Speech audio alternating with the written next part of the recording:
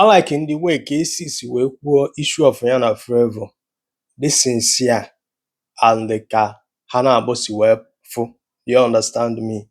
Now o nwere ife m chọrọ ịkọwara gị ebe a concerning this issue of Kcee Limpopo and our brother bụ Flavour N'abania. Do you understand me? Because I listen to learn. Do you understand what I'm saying? After ka m gechara that interview afọ ịghọtago men ịnyanga podcast. Do you understand? Ebe a na-ajụ ya ajụjụ concerning issue of ya na Kcee. Ebe a na-ajụ Kcee ajụjụ n'issue of ya na Flavour.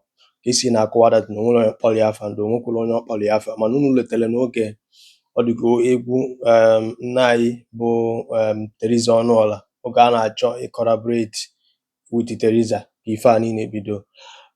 Flavour ji wee dee edemede o dee na ọ dịka na S or that Instagram that time wee sị that na copy akarịa. Ịghọtago some people wee na refer no Kcee.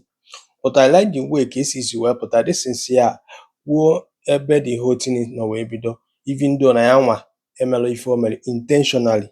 Do you understand what I'm saying? Na o nwere ife m chọrọ ịkọwara gị ebe a.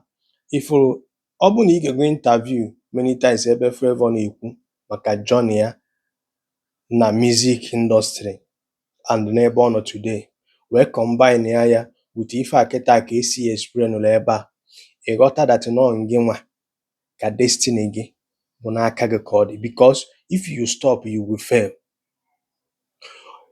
Agụgo m ebe Flavour sị na ọ na-eperform or an artist ọzọ bịa ọ dị ka P-Square asị ya pụọ.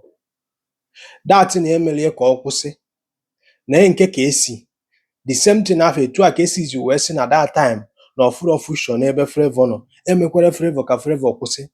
Flavour keep on moving, keep on pushing, consistency, no retreat, no surrender. Do you understand me? Ị ma na mpụta ebe a na-agwa gị sị that no ngị nwa bụ the pilot of yourself, ngị nwa bụ the competitor of yourself. Ọ gị na onwe gị nọ in competition, not onye ọzọ. Do you understand what I'm saying? So nke ọbụla ị na-eme ịdagodu binite, keep on moving. Ihe sọkwara ya ndị mmadụ na-akọ as far as na o nwere karịa ị na-apụ shoe, keep on pushing. Look at where Flavour is today. Ị na-egodu Flavour anyị mago na Flavour agbagote to the level ọ bụ na Flavour nọ na his own league. Ọ nọrọ onwe ya, onwere onye na ya na-abụ n'azọ line. Ị na-afụ the pattern of egwu ijele Africa na-eti. Amami ghọta ife a na-ekwu. So whatsoever ị findụlụ onwe gị na ya ngị nwa bụ onye ga-brush yourself up, ngị nwa bụ onye ga-akwụnye onwe gị na line ka ụwa wee fee ife afọ inwe. Onwezie ndị ga-abịa na collaborate with you, but no ngị nwa ga-ebugodo ụzọ push ka i wee nwee that breakthrough. Watch ya kịta Flavour kịta ifu that na story dey around Flavour, ifu na Flavour push onwe to where he is today. Do you understand what I'm saying?